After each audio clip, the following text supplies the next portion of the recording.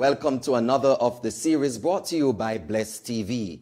Today we're bringing to you One-on-One, and today we have our featured guest, SMILEY.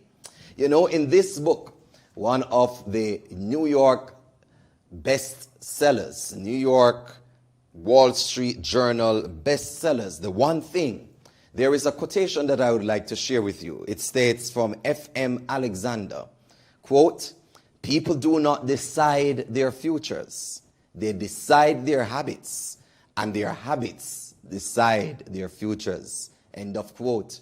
We're going to be exploring the life and times of Samuel Smiley, known within the East Jamaica Conference, known within the Central Jamaica Conference, known within Jamaica as an entrepreneur, an evangelist, a stalwart Christian for Christ. We'll be exploring the particular theme on the Christian and the business mindset. The Christian and the business mindset. Welcome, Elder Samuel Smiley. How are you today? I'm very blessed to be here, Pastor. Thank you for having me. Blessed. God has been good. Amen. God has been truly good. Amen. Elder Smiley, walk us through for the listeners who are not aware as to who you are. Who is Samuel Smiley? Samuel Smiley is the second to last son of 6 children for Martin and Merdeline Smiley. Both parents have been deceased, 27 years apart. And I have been blessed with their heritage and their tutoring of all of us as children. I am married with 1 child. My wife Geraldine is with me, and our daughter Gabrielle has just gone back just 2 weeks. She resides in Canada. We are blessed with many, many children, however, that we have adopted from the community where we do evangelism.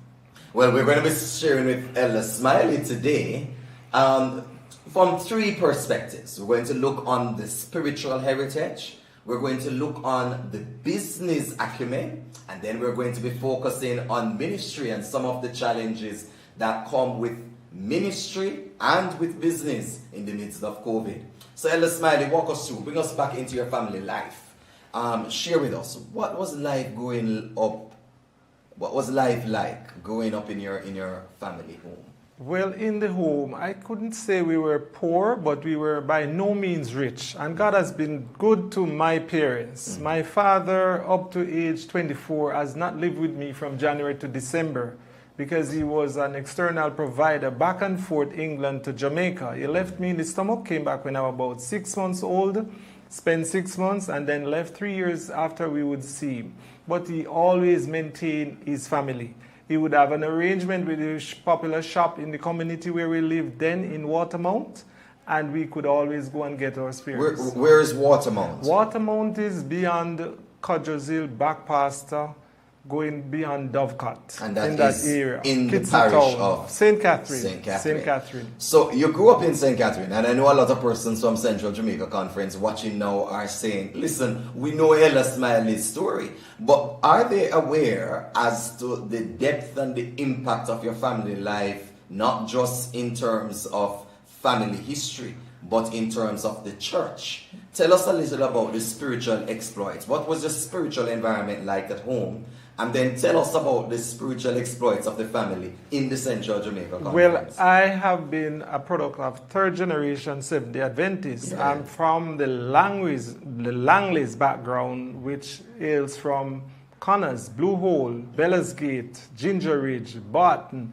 Those areas are where my ancestors led and established evangelism and established churches by way of through tracts then with battle lamps, and they would minister to people in various communities, well dedicated, would live and died for the gospel. I remember my grandfather, I lived with him for about 7 years, and where he lived was on the side of what could be considered the valley, down to the bottom where a little river was. We could step on stone to cross. And then over on the other side of the valley and beyond, the church would be there. That's Connor's church. And whenever church would be in session, whether Sunday night or Sabbath night or Wednesday night, or if there's a crusade, we would always look out for the light in the church, Because where and we those were, days, was it electricity light? no or was electricity, it was the gas lamp, Yeah, this spirit is lamp 1974. in the 70s. 70s, Yes, right. yeah. Early 70s to mid 70s and beyond. And I would walk with my cousins and my grandfather and his wife then through the track with battle lamps over to the other side of the valley and walk along the roadway till we get to church. Hold on there, Elder Smiley. Some persons might be watching and wondering, what is battle lamp? Battle lamp Come is a on, tell lamp us, man. that you roll a piece of newspaper or cloth in with a wick and you would pour the kerosene with a out. what? Wick. Yes, explain Right? that for those who The don't wick know. would be what would be burning, but it would not burn out because it would be moistened with the kerosene oil inside. And then when it burned down, got a little lower, we'll just flash or shake the lamp and the light would get brighter. So we would always have our battle lamp to walk and guide us along the little tracks that we would walk through the valley on the other side.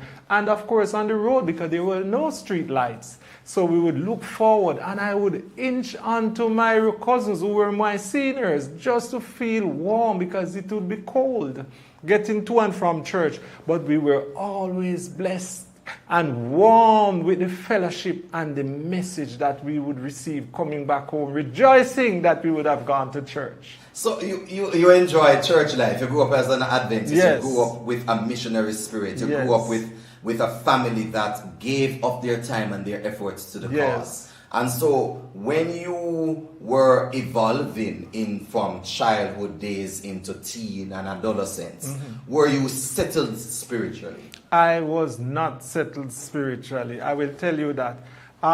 In my young adult, late teens, but before I even get there, I remember when my grandfather would worship, there was a particular neighbor who would pass by, and once my grandparents would be singing, all other ground is sinking sand, it would drive him mad. He would slap the gate of my grandfather with his machete, and he was obnoxious about us ever singing those songs.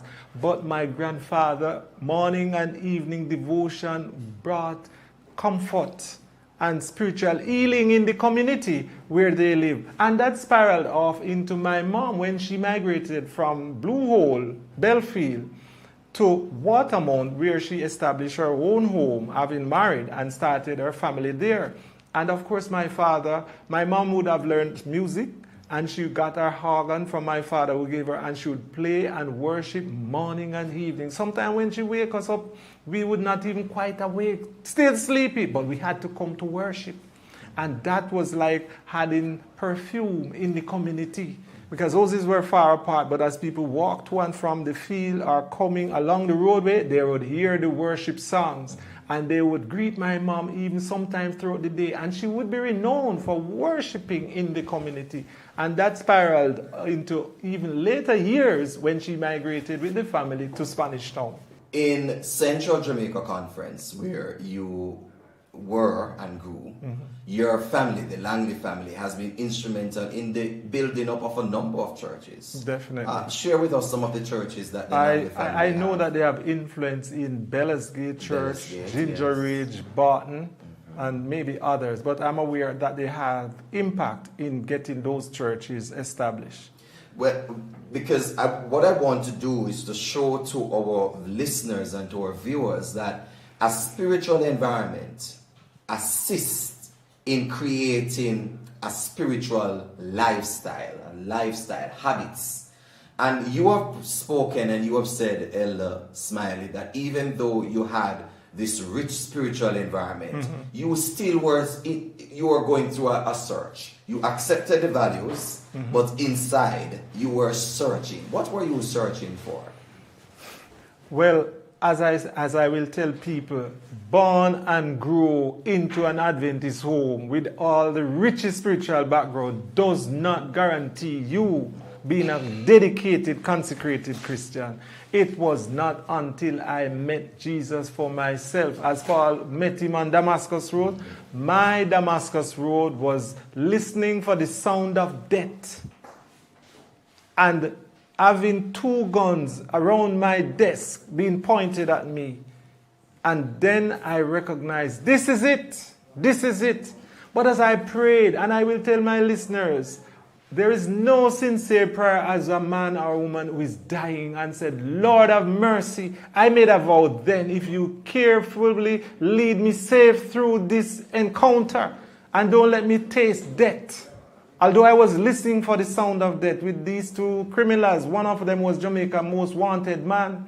And he has killed many people and robbed many places, broke away from police stations, locked up. And I did not know that until after. But I asked God, if you deliver me through this encounter, I will serve you for the rest of my life. And hence I am here speaking to you and the listeners right now. Because but for God's divine grace, and I said, the angel was too slow. It's Jesus who saved me while I'm here. When I think about it, my body cringe. And I will tell my listeners, if you are on life support or accident and you die, it's no different from a careless, reckless finger, a Satan-influenced finger that is about to press a trigger and cause your demise, your death. Death is death. But why dead in a Christless understanding and life? So then and there I accepted Jesus and I say, if you spare me through that encounter, I will serve you for the rest of my life. And that was when I became a Christian. What an impression that a goodly home and a personal relationship would have made on this young man, Samuel Smiley, sharing with us encounters, not just on the spiritual side. When we come back on the other side of this break, we're going to delve into the business mindset. How is it that a Christian, someone who found Christ, somebody who loves Christ, how did he find the formula of becoming a successful businessman? Can you be a Christian and a successful business person? We're going to answer that question on the other side of this break. Stay with us. I'm Omar Oliphant. We are on Bless TV and we are having one-on-one with Elder Samuel Smiley. I'm Noel McCoy, owner and director of McCoy's Auto, right here at 24 Malines Road. Before I actually started my own business, I used to take all my vehicles to First Choice Auto, right there on Adel Park Road, to Mr. Smiley. The reason why I do that, whenever time I take my vehicle to Mr. Smiley, my funds never come short. Once the vehicle sell, you just call and say, McCoy, come and take up the money. He's very trustworthy, kind, understanding. He's also a very good, influential person to me. He actually teaches me some of the business, so I could actually have my own business running here. And he's a great, kind, loving person, always have good words to say. I know Mr. Smiley is a Christian person from ever since. I also know that he have an outreach program, I think in his business community, where he actually take care of the kids and people in the community. I know Mr. Smiley like from 92, 93, 30 years roughly, thereabout. So all I can say about Mr. Smiley is a great person, fun, loving, wonderful person, very great character. I am Mavis Burrell Spencer, work at Spencer's Tailoring. I have known Brother Smiley for the past 20-odd years. At that time, I was attending another church, but Brother Smiley always come to my office and he always tell me about the Seventh-day Adventists. At that time, I did not committed, but I remember he had invited me to a crusade at Eros Park, and I went. At that time, he thought that the message was good. At that time, he thought that I would have been committed, but I did not. So he invited me to small group, and I attended the small group. But this particular Tuesday when I went, and they were talking about the Seventh-day Adventists. And I remember it was very intriguing. So I remember going home that Tuesday evening and contemplating. And I said to myself, Lord, what do you want me to do? Show me or tell me what. And then I remember driving on the Red Hills Road, and I heard a voice say to me, you can run, but you cannot hide. And I was really frightened because I was the only person in the vehicle. I look at my right, and then I turn and I look behind me. There was no one. And I said, my God, what is this? Anyway, I said, Lord, if this is what you want me to do, show me the way. And I remember when I called Brother Smiley and I said to him that I am going to commit myself. I am going to chain the business and I'm going to start attending church. And I put up the notice and I bought a chain and I bought some padlocks. And then after it ran off for about 3 weeks, after the notice, then I chained up and then I said, this is what I am going to do. I'm going to be baptized, and I told him when I want to be baptized. It was actually a week, I think, after the arrangements were made. And then I went and I got baptized. The Kencut Seventh-day Adventist, that was where I got baptized, and I'm still going and enjoying all the services and everything. The members are cooperative, they are loving, they are prayerful, and I find peace and I am happy. Welcome back. This is Bless TV one-on-one with Samuel Smiley.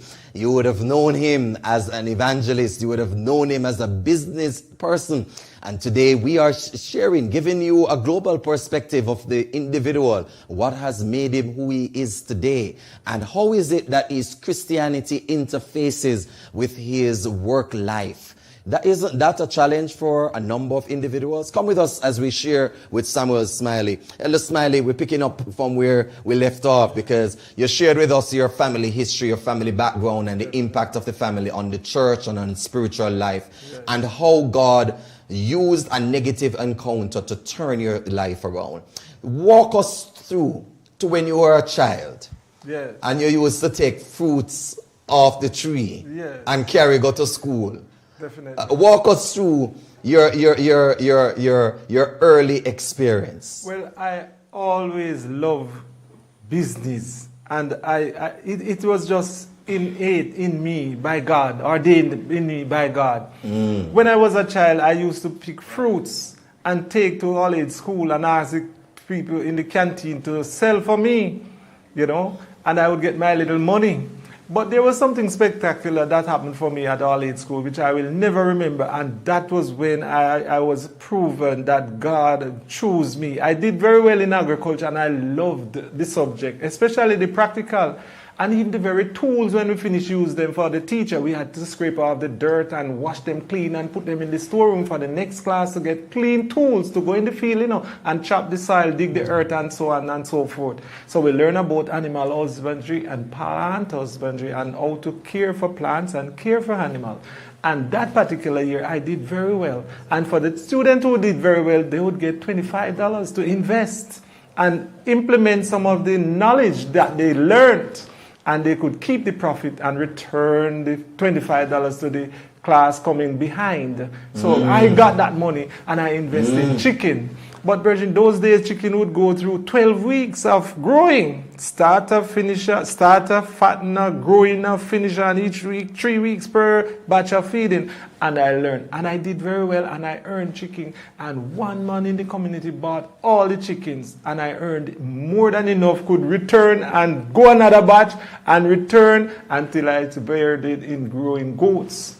And I remember... Wait here, so you moved from a chicken farmer to goats. To goat rearing. Yes, and I will tell you this: not only chicken, but chicken and goat and plants. But as I how old were you at this time? This I was about 13, 14. But before we continue that part, what is it that was in you, or what was it that was driving you? Because you said you weren't poor. No. You are able, your father used Yes. to take care of you. My parents and all the parents used to take children. care of Yes, all of the yes, children. yes. So what was it that was driving you to want to take fruits and turn it into a business? I wanted my own money. I wanted to save towards getting my ambition in life to buy my own toys, my own little truck. I wanted a bicycle, and I wanted all these things. I wanted a roller, and one day I tell myself I want a home and I want a business. But just to tell you a little more about the goats and the chicken and plants. I remember planting cabbage at the riverside, and it grew nice, and just when I was about to reap it, God would have it. Not God. Satan would have it. Somebody went and chop down and chop up all the cabbage. Because we have a very loving church sister who would go to the Spanish Town market, and our plan was to give it to her to sell for me. And they chop up everything. And I was wounded in spirit. It's a good thing I had a dog who used to follow me to the bush. And I had to call the dog to stand by with me, and I walk home sad. But that didn't deter me. Because shortly thereafter, my parents decided to migrate to Spanish Town, where they were building a house. I couldn't carry the goats with me, so I asked a classmate to take charge of the goats, and 50% of the increase would be his. And brethren, the long and short of it, when God bless you, no man challenge you, And when God curse you, no man bless you. That schoolmate robbed me all of my goats. I got none out of 13 that I give him, plus the increase. Nothing.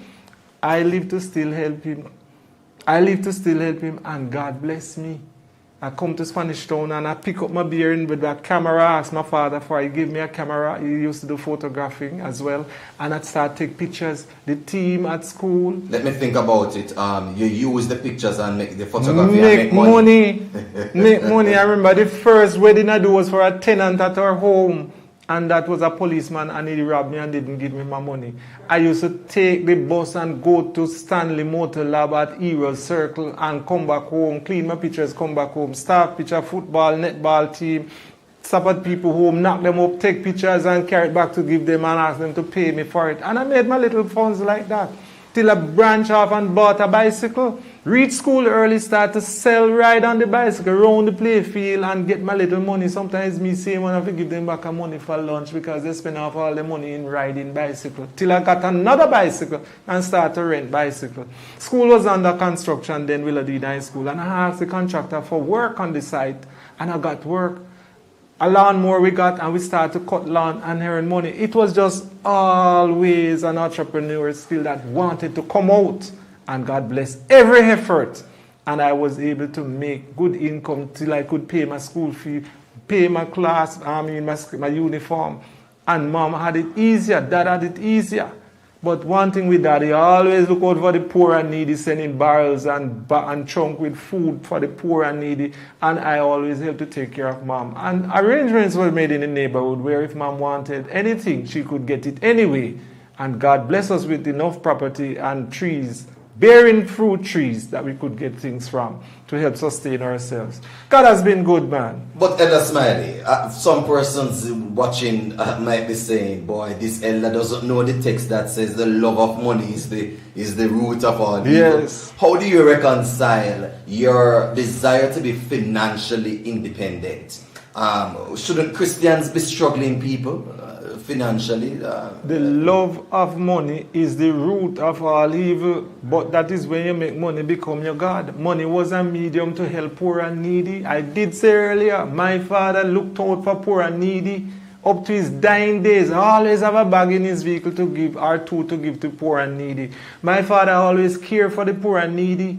You know, when my mom died the 10th of April, 2:30 Thursday evening, 1984, and he married again. He lived with a second wife for 19 years. She was a big and fat lady, well built. She always fussy with him. Why are you taking so long when church dismissed? You know what he said to her? You know why it was taking long? To give the poor and needy ride home from church, pick them up to church. He said, dear, you see the front seat is yours. Any day I put anybody in the front seat, make war with me. But you see the back seat is for me and my poor people. You understand? He would carry them to visit his son in town, that is me. give them drive out. He would carry them to the beach and carry a basin. They're too weak to walk. Let them sit on a chair at the seaside, catch the seawater and carry it to them and say, put your foot in it and throw the water on the foot of the poor and the needy. So much blessings, so much blessings. I see my father get out of poor and needy helping. Right now, we have a house in Claremont because of poor and needy. He looked after the lady so much, and the lady said the son had given the mother the house as a gift. And the mother said, nobody to get that house than Father Smiley. He told me about it, and we got involved, and we ended up buying that property right in Claremont town for years now, almost 30 years. God has been good. If you help the poor, blessing will follow you insurmountable. Money is good, but don't love it beyond how you love people and God. And you will use your money to be a blessing to others and not to be a stagnant pond. But if I hear you clearly, Elder Smiley, and the third one will come after, but I've heard you speak about money in the context and business and entrepreneurial life for three main reasons. Number one, to be self-reliant. Definitely. And I'm going to ask you to just speak to that for the young people. Number one is to be self-reliant. And number two is to help others. And the third we're going to come to a little bit later when we look on how you have integrated that with ministry. But let's deal with the first two. This issue of self-reliance and the help to others. You've more emphasized the second one. But speak to the young man today who is going to high school, or the young lady who is finishing college, and rather than wanting to be employed to someone, is seeking like you to be self-reliant, doesn't want to be living in dependency mode on others. How can that individual help to carve out a future as you have done, a habit as FM Alexander states, which develops over a lifetime of not being reliant on others? Once you have a clear mind, and I will emphasize, do not leave God out of it all. He must be the first, the middle, and the best of it all. You understand? Just to throw in another one, I just remember, I used to buy plastic bag and syrup, and just make soak, put in the fridge and carry and sell to, And it worked. It worked even when I came to town. Trust me. God will give you the wisdom and the keen discernment how to use your money, not to be a hindrance. And the little things that you can do, it will give you confidence in moving into greater things. Too often we want to start with great things and we don't have the money to start great. Start little, and little is much when God is in it, and much is cursed when God is not in it. God bless my little till it become much. Yeah. And we must manage it astutely, manage it with keenness and integrity, and God will bless it. He has done it for me, and He will do it for now, for all the youths now. No matter how hard things get. If flour even become $1,000 per pound, God said your food and water will be certain. Launch out in faith, man. It has worked. Every successful businessman have a story, and it was not on platter. It was hard going and runnings, and they stood it out with integrity, especially those who know God. We're not talking about those who get inheritance and drugs and all these kind of illicit way of getting. Well, nothing is wrong with inheritance. Yes, but good inheritance, because some people war and chop up one another for inheritance. We're talking about good inheritance, Pastor. That is what we're referring to. Ella, I'm getting from you, because the conversation with you, it showcases how one's inner passion and inner drive can find meaning and purpose, and not just meaning and purpose in life, but also a livelihood. True. Because you can be passionate about something, but it not earning for you. It not bringing you returns. So, as a Christian, many young people are struggling with the concept of money and Christianity. Interplaying on how am I supposed to utilize my talents and my gifts, and utilize it for the glory of God, yes, and at the same time utilize it to make my future more viable financially. Give young people, we hear you, that you started out going to school and you sell suck, you sell the kneesberry. But today is a different era. They may not have suck. Some of them don't even know what name suck. Naisberry, they might not be interested in that. But maybe they have other things, other capacity and skills and talents. Yes. Give our young people at least 3 things, 3 core principles that they can take to lead the chart of their life from being passionate to gaining livelihood. All right. The first one I will tell you, put God where he righteously needs to put. Put God first. Put God first. Matthew 6:33. Seek ye first the kingdom of God and his righteousness, and all these things will be added unto you. We cannot exhaust God's resources, neither his wisdom. Let's humble ourselves and work with little, man. Now the second thing, what about our faith? What about our faith? Launch out with your ambition. The third one will be your ambition. Have an ambition to gain something out of life. Don't let where you live determine your destiny. That is a means of launching from where you find yourself, right? We didn't have it. And even though people come in and see, they would even know that I run taxi for 7 years almost. 7 years of taxi. But Hard work. It looks like you cover all the traditional scope of work, man. You're a taxi man, you're a businessman, what have you not done? You understand? God will bless your little, and I can't overemphasize it. Your little will become much. And when your little become much, strive to be humble. Ask God equally for an endowment of humility. And when you have humility with your ambition and your passion to make reality of your ambition and God rightfully where he ought to be, those 3 things will make wonders for you, you know. And guess what? Even though we have those 3 things like your faith, your ambition, and working with the little you have, the little, once you invest it and you see returns on it, it will give you confidence. And that could be looked at as your short-term goals and make mid-term one and long-term ones. Because I did not come to own business just like that. It took time. And the young people today must remember, many people who have things that they're looking at right now. It took years and decades for people to have what they are seeing now and glorying in. So it's going to take a time for them also to invest their ambition and their passion and their faith and their trust in God before it becomes good reality. Sometimes they can ask for help. You don't see the means, but people see your passion and people will help you, man. A lot of people who went through NTU and West Indies didn't have it. They launched in faith and help come to them. The source of the help was ultimately God. And God will touch someone once he sees you are thriving after something that you cannot manage on your own. Help is there. I too have helped many. And we mustn't boast and brag, oh, we right and help the left hand. But God has blessed me to bless others. And I always remember the story of Abraham. He was to be a channel through which blessing would flow through him to nations of the earth. You see, and God promised Abraham a blessing through his generations and his seeds. And until now, we are heirs of that blessing. And when God bless us materially, I am telling everybody who have it that way and not struggling, let's look and see how we can help someone. We have people who are struggling to manage in the community where we live, in our churches, or we may just hear of a situation. Where is the compassion in our heart? What more do we need to do? We can't forget what God do for us. We must be the channel and the little God for others in helping them.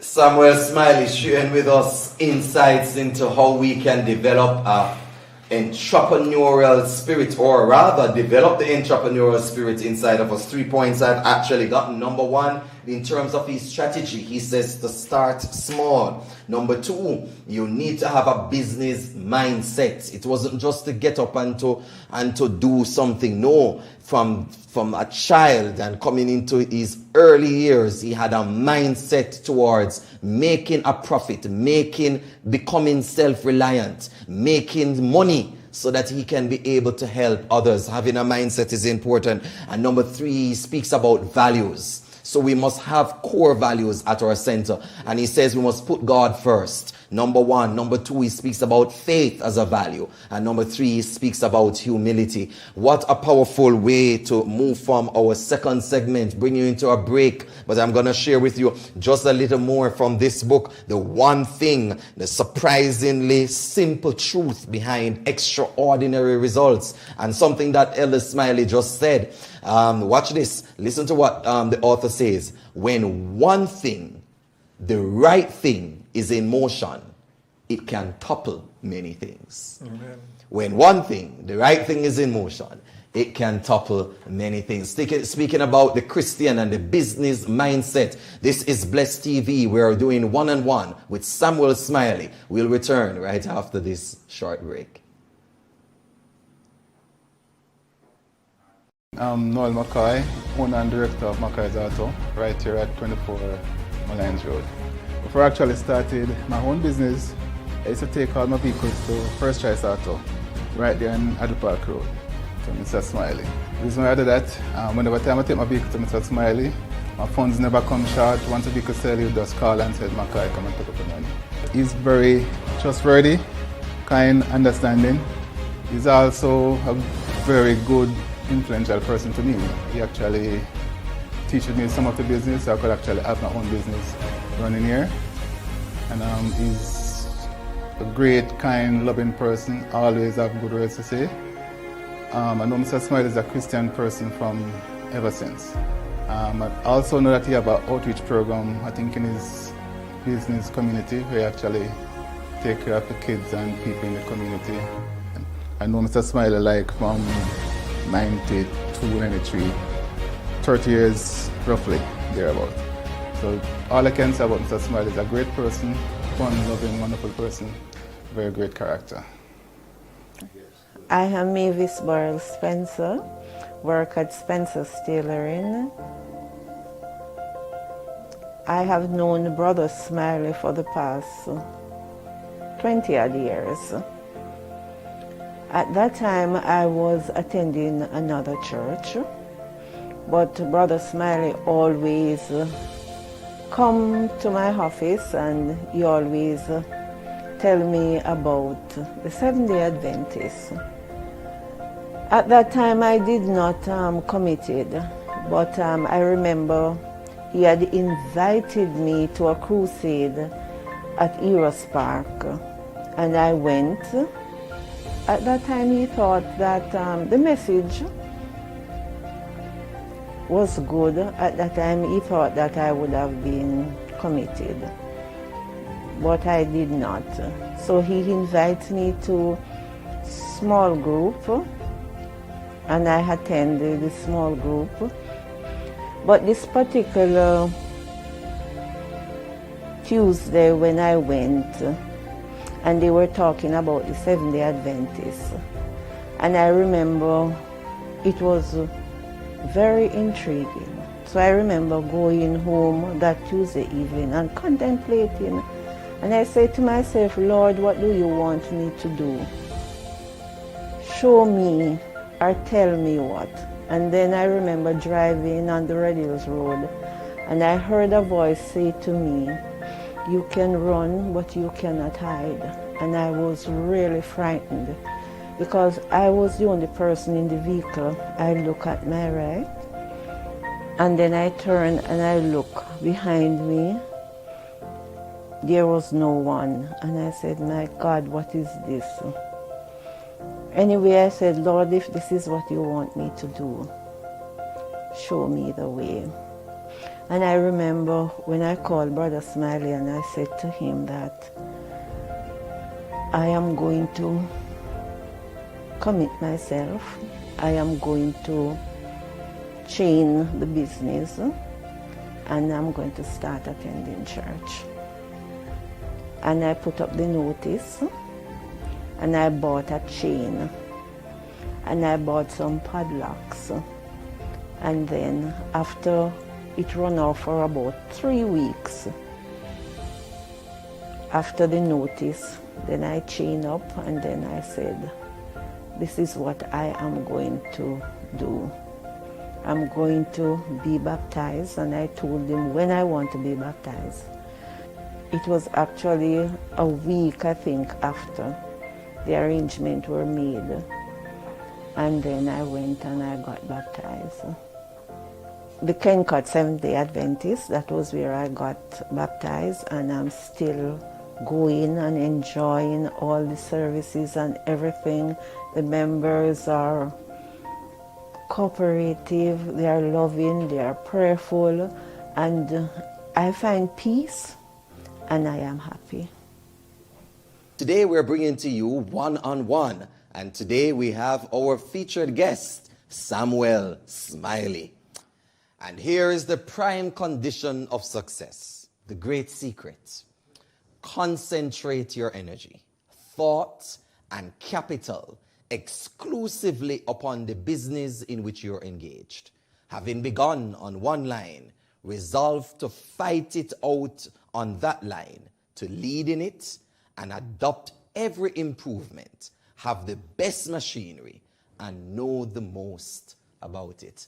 A quotation from the book, The One Thing, the surprisingly simple truth behind extraordinary results. And we are interpreting some of these principles through the lens of the life of one Nuff Love, known as Nuff Love, elder at the Kencut Seventh-day Adventist Church in Kingston, Osborne Road, known across the Central Jamaica Conference, the East Jamaica Conference, one and only Samuel SMILEY. Sharing with us, Elder SMILEY, we're going to merge the two concepts now. We've been speaking about your family, we've been speaking about your spirituality, we've been also speaking about the business. Because these three for you are all intertwined. Definitely. Now your wife of 32 years.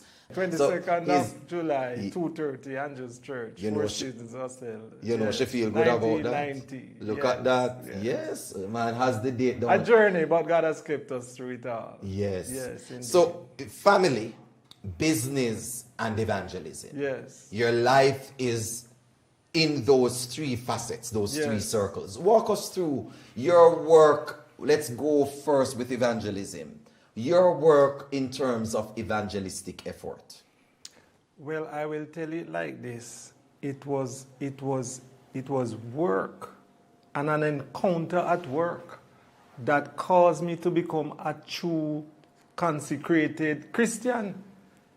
Being held up in my office, and this was after coming out of partnership with a known person I will allow remain nameless now for 4 years. And when I was going in that partnership, I told him what I'm coming in the partnership with and not leaving when I'm leaving. And that was my integrity. And I left with it. Even today, we are these friends. Yes. And guess what? I established my own business. And I had planned, but there was a little intermittent area where I paused for about 2 years.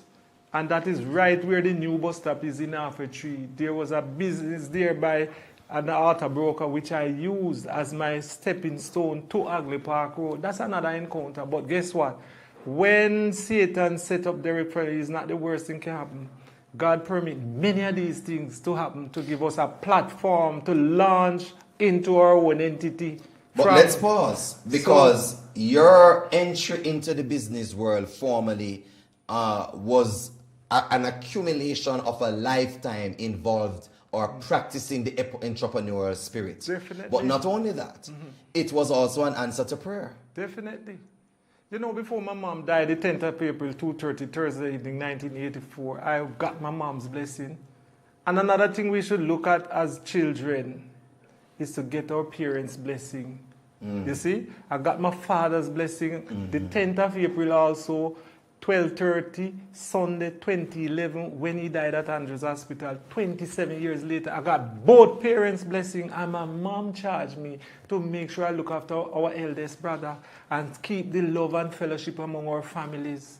I'm a sibling. I'm the second to last. I rose to responsibility and accountable at an early age. Yes. And my father gave me his blessing and asked me also that my eldest brother, and my mom asked that my eldest brother would come back to the faith. That will come out in the evangelism aspect of it. But back to the business part. I put my mind that one day I want to own my own business. So I bought a box body truck, and everywhere that time you read Gleaner and go and buy vehicle and sell from it, fix up and sell, and I bought a box body truck. And places I bumped into that was selling desk and chairs and filing cabinet, I buy them and put in the box body truck and store it there because I don't have nowhere to store them. And when I found that place at 26A Agley Park Road, I drove down my truck with all my office furnishing inside the box body truck. And I set up my business. And that landlord also helped me in a very crude way to own my own property. As I will say again, the worst thing that can happen to us is not the worst thing. God allowed them to happen so that we can grow. But we must grow with our integrity, grow with our spirituality, grow with our ambition, and things will happen. And that's what happened for me. I found myself now facing 2 guns around my decks, as I mentioned earlier before the break. And that was when I consecrated my heart to God. And believe it or not, it has been working for me. I'm not perfect, still under construction, but it has worked well for me, and I ask God to help me and keep me and prune me and grow me into the kind of evangelistic person And you made a vow to the Lord. I made a vow. So it was through your business relationship that you had that negative encounter. Yes. And you made a vow to the Lord, and you have been seeking to fulfill that vow all the days of your life. And what was that vow that you made to the Lord? That if the Lord spare me through this and I live to tell the tale, I'm giving him the rest of my life. And I made a vow.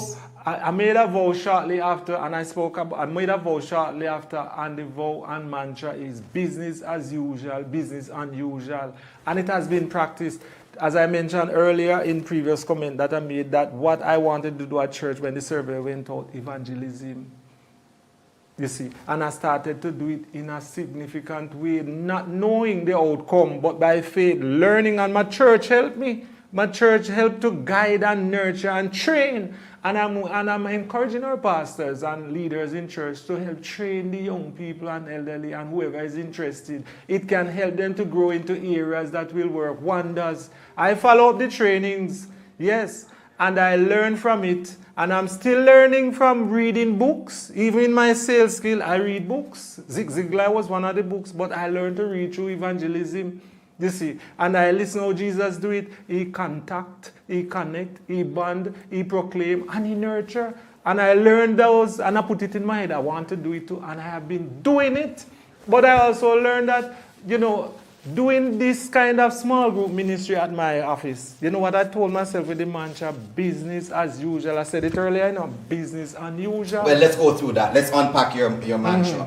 Your mantra of business usual, what does it refer to? And your mantra of business unusual, what does it refer to? Let me dissect it for you. The usual business is what people would come about to seek to buy. I am operator of First Choice Auto Brokers, so I sell vehicles, yes. And before vehicles were imported in Jamaica, because I'm one of the longest person on Agley Park Road, not the biggest, but God has blessed me to still maintain the gate to be open, with challenges, of course, you see. And I am still able to say to God be the glory. Yes. And trust me, all my challenges and encounter, I was telling you the mantra, business as usual, business unusual. The usual thing is the day-to-day activities and transactions, if and when they come. So your usual thing is the selling of the unusual part, how is the family are going to heaven and not leaving you? Is everything all right with the soul? Any answer they give me, I must find a way. People want to know that you're showing interest in the family. Oh, you know me have a family. If they say they don't have one, well, I say we're all a part of the family of God. So how about that? I'm going to heaven, man, and not leaving you. God wants you to be a part of his eternal family. Come here, Smiley. Yes. I wanted to share the exciting story of how you opened up your business place to studies being done there. And how it led to the family that you're speaking about. Yes. Yes. So I joined, having got the training with a senior elder Marby, Fitzgerald Marby, and supported him in his small group and learned from him. Yes. And so how it happened. So I told him and served him notice, I want to do it too one day, elders. So I break and left. But even then I didn't have the courage and confidence. So I asked another elder to come, and the elder came. But not much of us was there, just about one family. And the young man said he wanted to get baptized. No, it's not just one family. One person? One person. Not just one yes, family? and he came, he had that respect and revere with me that he came and we studied together, you know, and share, and he wanted to get baptized. Carry all his clothes to church to baptize. And him said, you know, brethren, me not about to baptize. And he said, well, come. Me not about to baptize, man. But he kept coming and we kept studying with him. It's not everything you get as discouragement and disappointment is real disappointment. God is behind working that we cannot do for ourselves, that the Holy Spirit is to do. And I kept working and encouraging with him. And he said, no, I'm ready. You know how much ready this time? He said he's not baptizing, leaving his family. So he baptized with his wife and his twins. Yes, his entire family got baptized Sabbaths later, many Sabbaths later. And so you have seen how God has worked for you spiritually. Yes. You have seen how God has worked for you with small group ministry. Yes. And you see how God worked for you as a business person. And in the community. And in the community. And in the community. Definitely. Yes. Because I tell you more about the small group. It went so successful for me at Hagley Park Road, where I offered and used my office as the place for evangelism.